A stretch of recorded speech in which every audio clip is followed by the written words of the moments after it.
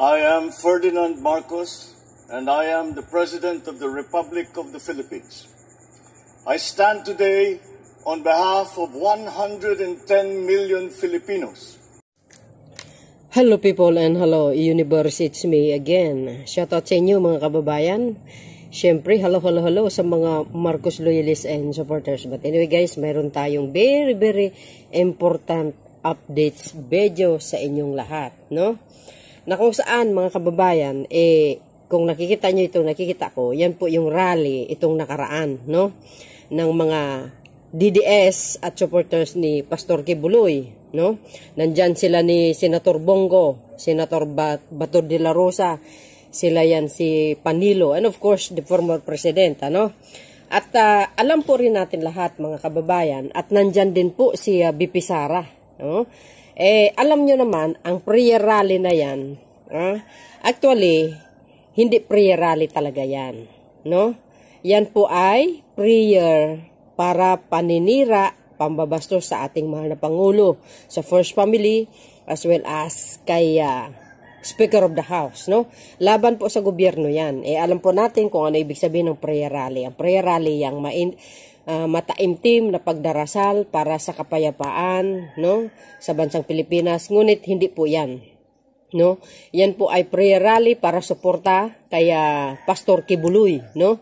Saan kayo makikita ang isang akusado, suportahan mo, rapist pa, no? At itong mga senador na ito na nandyan, saan ka makikita mga mambabatas, no? Sinusuportahan ang isang akusado, 'di ba? Kaya nga sabi ko, nakakatakot itong mga ito pag nakaupo sa Malacanang, lalo na ya kay Sara Duterte, baka naman guys, mga kaibigan yan, na akusado, absuelto lahat. Hindi maganda po yan, ano? So dahil dito, sa rally na ito, na sinasabi ko sa aking mga videos, isa lang po ang intensyon nila yan. Mapababa si Pangulong Marcos Jr. sa pwesto bilang Pangulo ng Pilipinas. At yan naman po ang kanilang intensyon. Bakit? Kasi mismo kay Attorney Roque nanggaling po yan. Dahil yung rally na yan, ang intensyon nila talaga magmarsa papuntang Malacanang at bawiin at agawin ang Palasyo de Malacanang habang nasa Germany ang Pangulong Marcos Jr. Kung natatandaan nyo guys na pumunta si Sara Duterte na sinabi niya din na wag daw aalis dyan sa kung saan inilunsad yung rally na yan. Mismo ang Vice Presidente ang nagsabi at sinabi rin po yan ni Attorney Roque. Yun po ang pinaka-intensyon nila kundi agawin ang Malacanang para paupuin si Sara Duterte na wala namang alang sa pamumuno at hilaw na hilaw pa, hindi alam kung paano i-handle ang isang bansa na katulad ni Pangulong Marcos Jr. na very well experienced. Kung nakikita natin, ang Pangulong Marcos Jr. ay nakikita ang kanyang magandang effort, mga nagawa sa loob po ng 19 months bilang Pangulo ng Pilipinas. Ngayon pa, kung kailan gumaganda unti-unti ang ekonomiya ng bansa at nakilala na naman po tayo, saka naman gumawa ng katarantaduhan itong mga ito para agawin ang pwesto ni Pangulong Marcos Jr. Diba? Malinaw na malinaw ang intensyon nila para lang pabagsakin si Pangulong Marcos Jr. Isa lang po yan gahaman po sa kapangyarihan. Gusto nilang mang-agaw ng pwesto para mapagtakpan ang kanilang mga nagagawang hindi nakikita at hindi nalalaman ng taong bayan. Like for example, katulad yung secret deal ni dating Pangulong Digong sa China. Alam nyo naman po siguro yan, di ba? Katulad dito, pangalawa, itong mga anomalya na nangyari sa mga kaibigan nila, katulad ni Pastor Kibuloy, gusto nila mapagtakpan at absulto na hindi kasuhan. Yan po yan. At marami pang iba, katulad na lang po yan, 51 billion. Diba naungkat yan? Sa lahat ng congressman, tanging Bukod si Pulong, nakatanggap ng 51 billion sa loob ng 3 years. Nasaan ang mga project niyan sa laki-laking pera na yan? Pera po ng taong bayan po yan. Tax po yan. Katulad na yan din, budget ni Sara Duterte, 2.6 billion. Bilang mayor, kakaiba sa lahat ng mga mayor sa balat ng Pilipinas. Siya lang tanging bukod. Alam nyo naman po yan eh. Gusto nila mapagtakpan yun. Para paupuin, ang gusto nila paupuin na samantalang wala namang kaalam-alam sa pamumuno. Ultimo nga, dipet sabi, diba, kulilat? Oh. Ewan ko nga ba kung bakit nakafocus sila sa Malacanang na gusto nilang agawin, himbis nakafocus sila sa trabaho nila na hindi nila halos kayang gampanan. O, diba? Lahat ng kilos ni Pangulong Marcos Jr., pinupuna nila. Pero hindi nila pinupuna si Sara Duterte na nagta-travels din. Hindi nila alam kung gaano kahalaga ang isang travel ng isang Pangulo. Ngayon at nakikilala tayo sa buong mundo. Pinupuri ang Pangulo. Pinaka most influential leaders sa buong Asia country. At tayo po ang pinakamabilis sa paglago ng ekonomiya sa buong Asia. Biro nyo yun dahil magaling ang Pangulo na mumuno tapos gusto nilang paalisin sa Malacanang. Ano po ang magiging outcome niyan kung paalisin siya? Back to zero na naman tayo. Panibago na naman na dilubyo. Paghihirap ng Pilipinas pag isang babaeng mamuno. I am a woman, pero guys, hindi ko gusto ang isang babaeng mamuno. Kasi dalawang babaeng nagdaan na Pangulo, pero ano nangyari? Walang kwenta. Diba? Hindi umaasinso ang Pilipinas. Kailan ba umasinso ang Pilipinas mula noong 1986 hanggang 2016? Tumaas ba ang growth ng GDP ng Pilipinas? Dumami ba ang investment? Wala. Natutulungan ba ang mga magsasaka? Hindi. Nababayaran ba ang utang ng Pilipinas sa laki-laki na iniwan ni dating Pangulong Digong? Hindi. Buti pa si Pangulong Marcos Jr. Unang taon niya pa lang, nagbayad siya ng inutang niya. Trilyones yun, mga kababayan, dahil magaling siyang mamuno. Nabayaran bang mga magsasaka? Hindi. Si Pangulong Marcos lang may kagagawa nun. Ang mayroon nun, ika nga. Wala yan sa mga past administration. Nakikita niyo ang state visit ng Pangulo Marcos Jr. Naghahakot ng investment. Ang pinakamalaking nag-invest sa Pilipinas na ngayon ay gumagana ang Germany. Sino lang ang mayroong ganon? Si Pangulong Marcos Jr. Wala ganyan si Digong. Pumunta yan si Digong sa Asian Summit. Natutulog. Hindi katulad ni Pangulong Marcos Jr. Pagbaba niya palang eroplano, nakaset kaagad ang kanyang schedule para kausapin ng mga business leader sa buong mundo. Nandyan po ang bilateral meeting, round table meeting. Walang ganyan ang mga past administration ng Pilipinas. Si Pangulong Marcos Jr. lang. Tapos sasabihin nyo, pababain nyo, aagawin yung palasyo di Malacanang. Ay di, subukan nyo.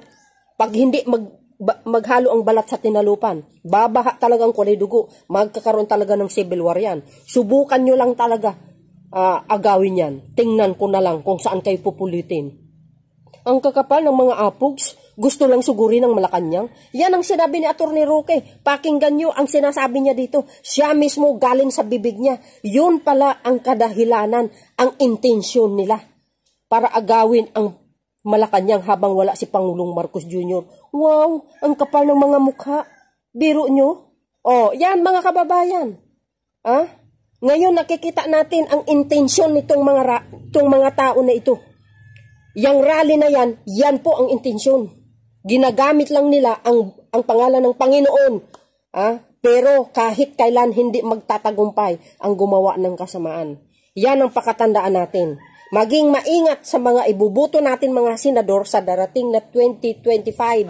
Ilagay natin sa inidoro itong mga pro-Duterte na senadors.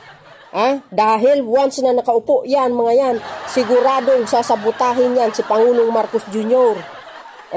Di ba? Yan ang iisipin natin, nasa mga kamay natin. Ang kakatagumpayan itong bansa na ito. Tulungan natin si Pangulong Marcos Jr. dahil ayon sa kanyang sinabi, tulungan natin siya at tulungan natin siya magdasal para sa katagumpayan. Magtatagumpay ang Pangulong Marcos Jr. Kasama po tayo doon. Lahat yan makikinabang. So dahil ang intensyon nila ito, mangagaw lang ng pwesto. Gusto nilang gayahin ito si Benigno Aquino noong 1986. Mula naman din yan sa bibig ni Digong ninyo. Sabi niya nga, baka gusto nga mangyari doon sa nangyari sa ama niya, di ba? 1986, pues, noon yun, hindi na mangyayari ngayon yan. Saan ka makakita itong Pangulong Marcos Jr. na pababain mo na maganda naman ang kanyang performance, hindi naman tamad, sipag sa trabaho. Unless lang guys, kung tamad ang nakaupo, walang ginagawa kundi palaki lang ng tiyan, maari yun Pero hindi Maraming nangyayaring magaganda. Yung yung mga anomalya, yung mga gusot ng mga past administration, ngayon si Pangulong Marcos Jr. ang nag-aayos. Tulad na lang nangyari sa Western Philippines yung secret deal ni dating Pangulong Digong sa China. Na pinagbawalan na maglayag dyan ang mga barko natin para magdala ng mga materials. Iisa lang barko nga allowed, kundi maghatid lang ng mga food supply. Yan ang secret deal nila ilalabas ko din dito yan nakahilera yung video ko Yan, dito natin makikita. Kaya galit na galit ito si Nino Barsaga kay Sara Duterte. Di ba? Saan kayo makakita niyan? Sa tingin nyo, sa pamumuno ni Digong, ano ba ang legacy na iniwan niya? Yes, of course, mayroon. Hindi naman natin sabihin wala. Yung build. Pero hindi niya po natutukan po lahat. Katulad ng agri-sector. Bakit naghihinaing ang mga magsasaka? That time, sa pamumuno niya. Kasi walang suporta ngayon, anong suporta na natanggap nila galing sa Marcos administration? Sa Marcos administration, ang pamahalaan na mga kababayan ang mismo na bumili ng palay sa mga magsasaka, yung mga bagong ani nila. Kaya nakatanggap ngayon sa NFA. Magkano? 20. Ang per kilo, ang laking tulong sa kanila yun. Correct me if I'm wrong. Kaya ang mga magsasaka nagpapasalamat sa Marcos administration dahil sila na ang mismo nagbumili. Ito naman mga salot sa NFA, binibenta ang buffer stock sa mga retailers, sa iba't ibang dako ng Pilipinas, binibenta na hindi alam ng pamumunuan at ang pamahalaan, kaya suspendo yung 139. Tingnan nyo, maraming mga salot kahit saan. At least ngayon, nakikita ang totoo. 'Di ba? Ang mga salot sa lipunan. May salot sa sa kalsada, may salot sa loob. Kompleto Ricardo. See? Kaya kung makita natin dito, itong ginawa nilang rally, yan ang rally ng mga kampo, ng mga kadiliman. So dahil diyan mga kababayan, panoorin nyo itong sinabi ni Attorney Roque galing sa kanyang mismong bibig. At ito si Nino Barsaga, galit na galit mga kababayan. See you again on my next upload video. Bye and babus. God bless Philippines. Eto na. Kuha ng kapal, tibay ng apog, kapal ng pagbumukha, 10 ng mga supporter ng dalawang mag-amang ito at todo depensa kay dating Pangulong Duterte at dito kay BP Sara. I don't know kung saan talaga kumukuha ng kapal ng mukha. Kita niyo mga kaibigan, lumabas na ang tunay na agenda ng mga Duterte noong nakaraan rally dyan na ginanap sa Loton, Manila. Mismong dating spokesperson ang nagpatunay at dating tagapagsalita nila at isa sa mga abogado ni dating Pangulong Duterte na ang balak talaga ay lusubin ang Malacanang para hindi na makabalik sa pwesto si Pangulong Ferdinand Bongbong Marcos. Ganyan walang kadelikadesa. Panoodin nyo to mga kababayan. Ang number 1 pakiusap ni BP Sara kahapon dahil siya ang caretaker habang wala si PBBM. Huwag na huwag kayong aalis dyan sa Liwasang Bonifacio. Pagkamat talagang atat na yung mga tao doon. Kasama na ako na sumugod na sa Malacanang nang hindi na makabalik sa Malacanang ang mga nasa Germany na naglalamihan na. Yan po totoo. Pero dahil nirespeto nga natin si BP Sara, talagang nagtingpito tayo. Pagkamat at one point in time sa aking talumpati, sinabi ko na, handa na ba kayong sumubod? Pero sinabi ko nga, masama nga naman tignan. Kapag habang siya ay caretaker, doon lulusob ang taong bayan sa Malacanang.